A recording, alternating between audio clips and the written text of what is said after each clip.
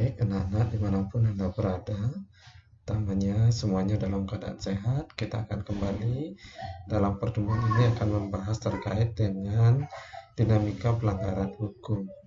Nah, dinamika pelanggaran hukum tentu dalam pelajaran atau pertemuan kita pada hari ini itu adalah kita akan membahas terkait dengan kasus-kasus pelanggaran hukum yang dimulai dari lingkungan yang terkecil sampai dengan lingkungan yang terbesar.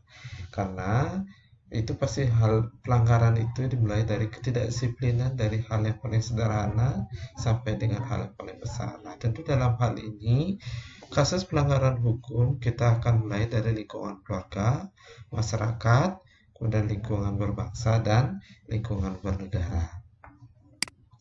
Nah, dalam hal ini kasus-kasus pelanggaran itu seperti yang kita sampaikan tadi itu adalah mulai ketidakpatuhan terhadap hukum. Ketidakpatuhan terhadap hukum dapat disebabkan oleh dua hal, yaitu pelanggaran hukum oleh pelaku pelanggar sudah dianggap sebagai kebiasaan bahkan kebutuhan. Dan yang kedua, hukum yang berlaku sudah tidak sesuai lagi dengan ketuntutan kehidupan. Nah, seperti yang kita ketahui pada di dasar awalnya adalah bahwa hukum itu ada yang hukum yang dicita-citakan dan ada hukum yang berlaku saat ini. Tentu dalam hal ini hukum yang dicita-citakan, hukum yang berlaku saat ini itu adalah sesuai dengan kebutuhan masyarakat, sesuai dengan perkembangan zaman itu sendiri. Nah, pelanggaran hukum kalau kita melihat dari keluarga, mungkin anak-anak juga bisa mengkaji kembali, itu adalah pelanggaran keluarga. Misalnya salah satu contoh adalah nonton TV sampai dengan larut malam.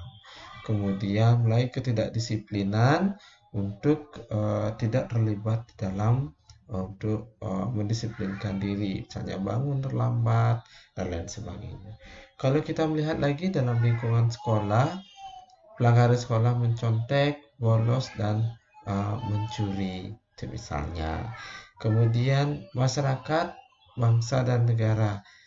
Nah, dalam hal ini contohnya kalau kita dalam kehidupan masyarakat tidak memiliki KTP, tidak membayar pajak, melanggar tata tertib lalu lintas, kemudian KKN termasuk juga yang lain-lainnya.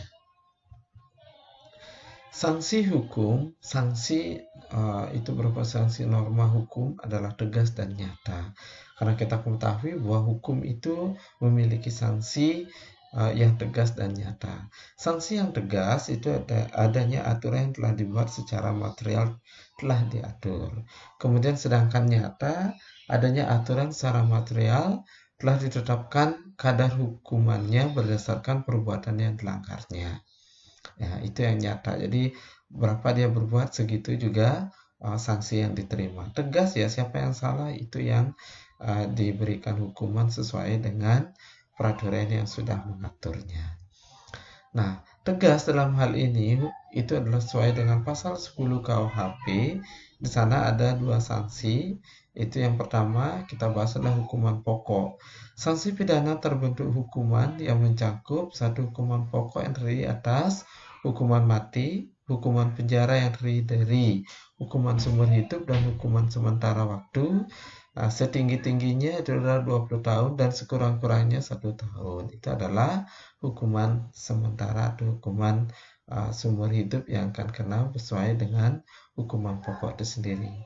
Sedangkan dalam hukuman tambahan itu adalah hukuman yang terdiri dari, nah ini adalah tambahan, jadi tidak itu adalah mencabut hak-hak tertentu, kemudian perampasan atau penyitaan barang-barang tertentu, kemudian ada pengumuman keputusan hakim.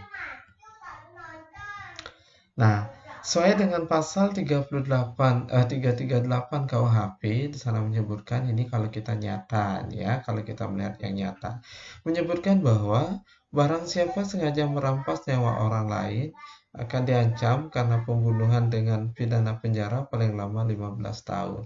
Nah, ini sudah jelas. Jadi kalau dia sudah membunuh, menghilangkan nyawa orang lain, merampas, mengancam, itu akan dipenjara selama 15 tahun. Nah, macam-macam sanksi kalau kita melihat selain tadi sesuai dengan pasal 10 KUHP, itu ada sanksi dari negara. Ya, kalau sanksi dari negara itu adalah melalui lembaga-lembaga peradilan. Kemudian sanksi dari masyarakat. Nah, sanksi ini adalah berupa sanksi sosial. Misalnya dengan menghembuskan desas-desus, cemooh, dikucilkan dari pergaulan, bahkan yang paling berat diusir dari lingkungan masyarakat setempat. Kemudian sanksi psikologisnya adalah sanksi psikologis yang dirasakan dalam batin kita sendiri. Jika seorang melakukan pelanggaran terhadap peraturan, tentu saja dalam batinnya ia merasa bersalah. Nah, ini berupa sanksi yang kita terima. Mungkin anak-anak dapat merasakan sendiri bagaimana ketika salah. Pasti yang kena itu sanksi psikologisnya, kemudian dari lingkungannya atau dari masyarakatnya, begitu pula dari lembaga sekolahnya juga kena. Nah, tentu dalam hal ini kita akan beranjak pada session diskusi. Mari kita melaksanakan diskusi sesuai dengan topik pada hari ini.